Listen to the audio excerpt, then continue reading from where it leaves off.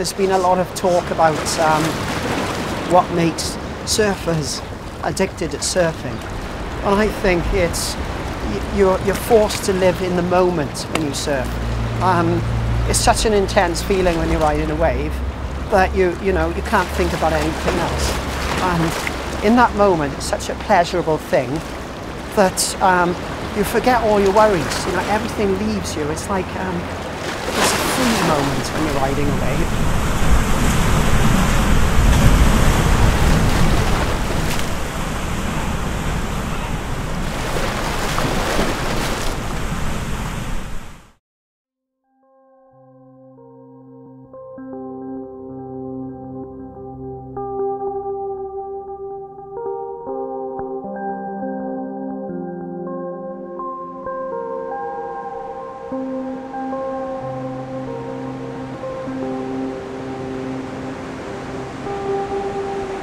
They can't really explain why they're so addicted, but it's a lovely feeling of goodness that it gives you.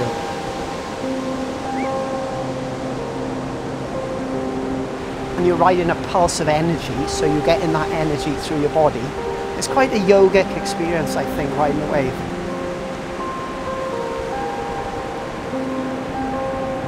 You know, you've got to respect the sea, and I think that's part of it, actually, being out in the environment of the ocean.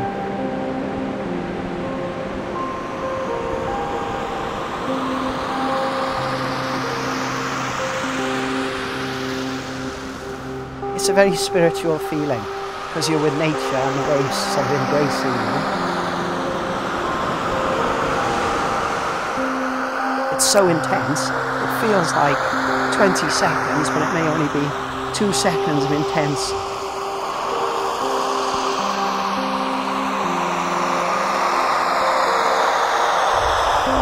You know, it's like aqua orgasm. You know, it's just something that just hits you for the moment.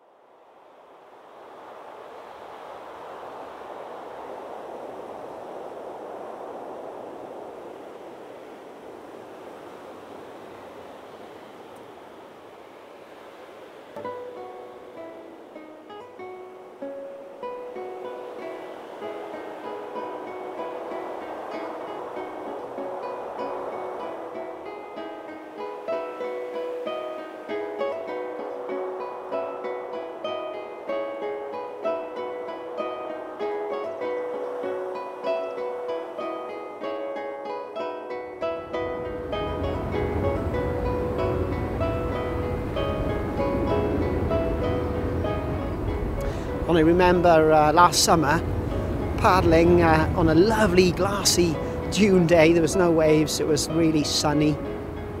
I was paddling towards the Worm, and this is the sort of experience you get when you're sort of out in the ocean on your own or surfing. You know, just you feel vulnerable. I was within about 100 meters of the Worm, and I was paddling along, you know, going at quite a speed. All of a sudden I thought, whoa, what's that?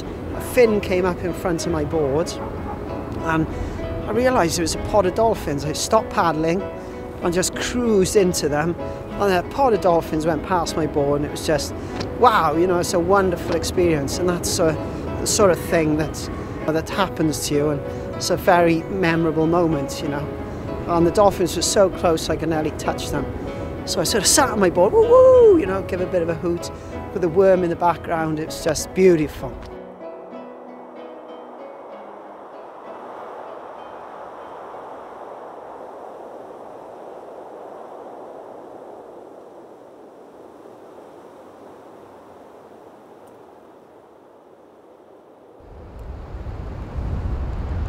Being a part of the late 60s and mid 70s surfing was a privilege, which I didn't realise at the time was so important, because everybody surfed just for the fun of it then, and they were real purists from that era, you know.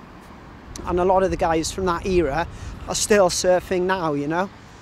And I just hope that the young people of today can really hook into the spiritual side of surfing, for, you know, because that's what it's all about. Being it's a relaxation surfing, not an aggression, you know. And I hear stories sometimes of, you know, fights in the water. I know mainly in different countries, but I feel quite sad when I hear localism has come into play, you know. Localism means people who surf on their beach try and keep it for themselves. Any outsiders come in, you know, and they get aggressive, let their tyres down. I think that's a real shame for surfing to go that way, because that's not what surfing's all about. But in the early days it was all lovely, you know, and it is still lovely now, but certain places you go and you can get a bit of a vibe, you know.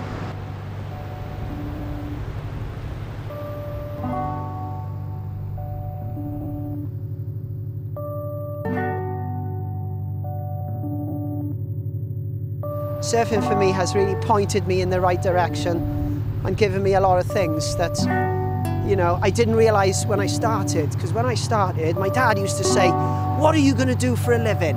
What are you going to do? You're just a beach bum, you know." And I said, "Well, I don't know, I'm just going to surf, you know." And I wanted to compete at that time because I wanted to travel the world, and I was successful in competitions, and that gave me the, you know, I was able to get in the British team, so I surfed, you know, around the world. And really, you know, for me it wasn't the money, it was just something telling me, you know, to do it.